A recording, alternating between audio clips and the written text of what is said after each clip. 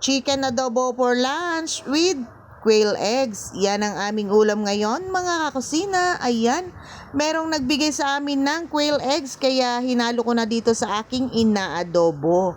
Nakapagluto na ba ang lahat ng ulam pang pananghalian?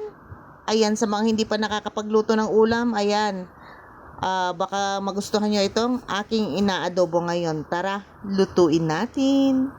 Ayan, meron ako ditong luya, sibuyas at bawang. Ayan, sino ang katulad kong nag-aadobo ng chicken na maraming luya ang linalagay. Ayan, sa mainit na pantika, ginisa ko lang una yung luya para tanggal lansa ang ating chicken. And then sinunod ko na yung bawang at saka ng sibuyas. Ayan, pagkalabas nga ng aroma ng bawang at sibuyas ay sinunod ko namang ilagay na yung chicken. Hindi ko kasi na-marinate tong chicken na i-adobo ko, kaya ganito ang ginawa ko, mga kakusina, para kumapit ang lasa ng ating mga ilalagay na ingredients at yung mga aromatics na yan.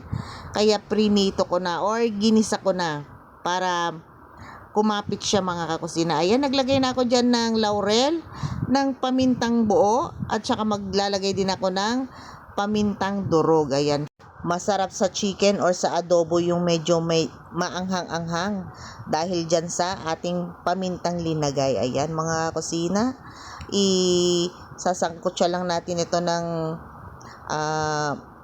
ayos, yung papabrownin natin sa magkabila ang sides, and then pwede na tayong maglagay naman dito ng ating mga pampalasa tulad ng soy sauce. Ayan, pagkalagay nga ng soy sauce ay naglagay na rin ako dito ng suka. Pero pag naglagay kayo ng suka, huwag nyo munang hahaluin para maluto muna yung suka, and then saka tayo maglalagay dito ng tubig para ang ating chicken ay lumambot. Ayan, papalambutin lang natin itong ating chicken, saka naman tayo maglalagay dito ng chicken cubes at saka yung oyster sauce para lumasa na ng tuluyan ng ating linulutong chicken adobo. Ayan, mga kakusina, hindi ko nga pala nakuhanan ng paglalagay ko kanina ng quail eggs, pero ayan, naglagay ako ng quail eggs dyan. Yung quail eggs na yan ay binigay lang ng aming kaibigan. Ayan, mga kakusina, at grabe ang amoy nitong inaadobo ko, napakabango. Mapapa-extra rice na naman ang aking mag-ama nito.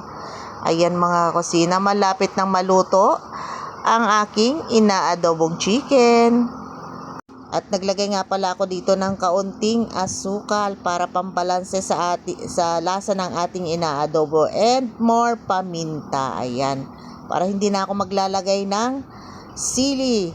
Bahala na si Habing maglagay ng chili sauce niya mamaya pag siya ay kakain. Ayan, mahilig kayo kasi yun sa maanghang. Kaya ayan, mga kakusina, hanguin ko na to dahil luto na ang aking chicken adobo with quail eggs. Ayan, grabe ang amoy. Nandito lang kayo, mga kusina, matatakam din kayo sa amoy ng aking inadobong chicken. Ayan, sa mga ready nang kumain dyan, tara mga kakusina, sabayan nyo na po kaming kumain.